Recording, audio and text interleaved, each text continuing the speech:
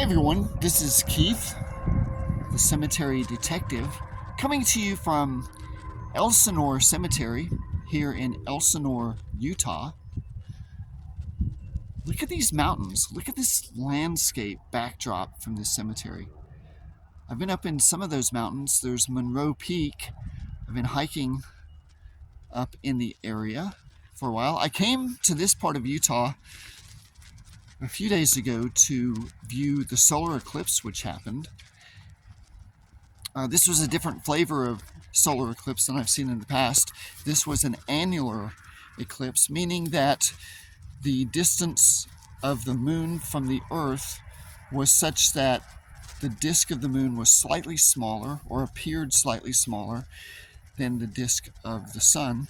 So the moon didn't completely blot out the disk of the sun, leaving a ring around the moon known as a ring of fire eclipse. Really pretty fascinating. The next eclipse is coming up next year I think it's in April, and I might travel up into the Northeast to see that eclipse.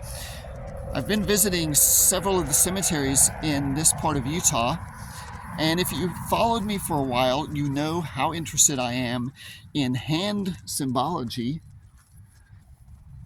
on grave markers. And I have three wonderful examples to show you. Oh, look at this. 2 tractors. That's a neat decoration, isn't it? Oh, wait a minute. Oh, they don't spin. I was hoping they would spin. But I'm interested in hand symbology and what we can learn, what we can think we know about those symbols. The interesting thing about symbols on grave markers is that they are quite often open to interpretation. So let's examine these 3 examples. I'm standing at the grave site of Anders Johansen. He was born in 1828 in Denmark.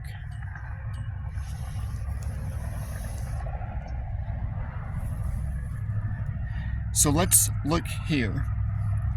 The hand on the left, what can we assume about it? Well, if we look at the hem of the cuff, it looks a little more frilly than the hem of the cuff on the right-hand side.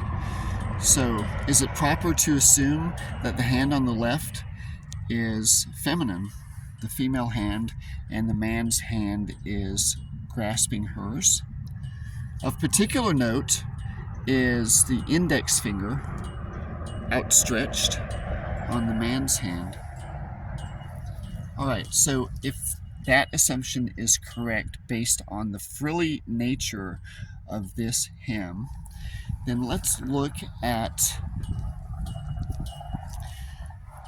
his wife, Margareta Johansen, also born in Denmark in 1833, and we can see a similar fashioned hem, a frilly hem, on this hand coming from the right-hand side. A singular outstretched finger, the index finger is outstretched, but this hand is holding a grouping of 3 roses. The roses are still alive, they're not wilted, and they are in bloom. Oh, look here. Can you see this? It's a daddy longlegs right here. We often see those on grave markers. Daddy longlegs is the colloquial term. I believe the scientific name is Opilonus. It's an arachnid, but it is not a spider. Daddy longlegs, or Opilonus, have a singular body part. They are not segmented. And that's one of the attributes, that it is an arachnid, but it is not. It's not a spider, as people commonly assume. All right, so let's remember the cuff on this hand appears to be more frilly than the cuff we saw earlier. Now the third example, right over here, let's see if I can find it. I probably will get lost trying to find this grave marker, as I often do. I try to put these together and then I forget exactly where they are. Oh yeah, here it is. Okay, so in memory of Sorstein Christensen, born also in Denmark in 1866. And let's look at this hand. A hand pointing downward, and I believe this will be a right hand, the person's right hand. Let's look at the hem on the cuff. It's also of a frilly nature, indicating, based on our assumption, that it is feminine, a female's hand, holding 3 roses that are not wilted. They're still in bloom. And an interesting and seldom seen feature on this hand is there is a ring. Can you see that? It's hard for me to tell if I'm focusing on the right section. Yep, there it is. So the ring on the middle finger. There's a ring on her middle finger, pointing downward. 3 hands, 3 different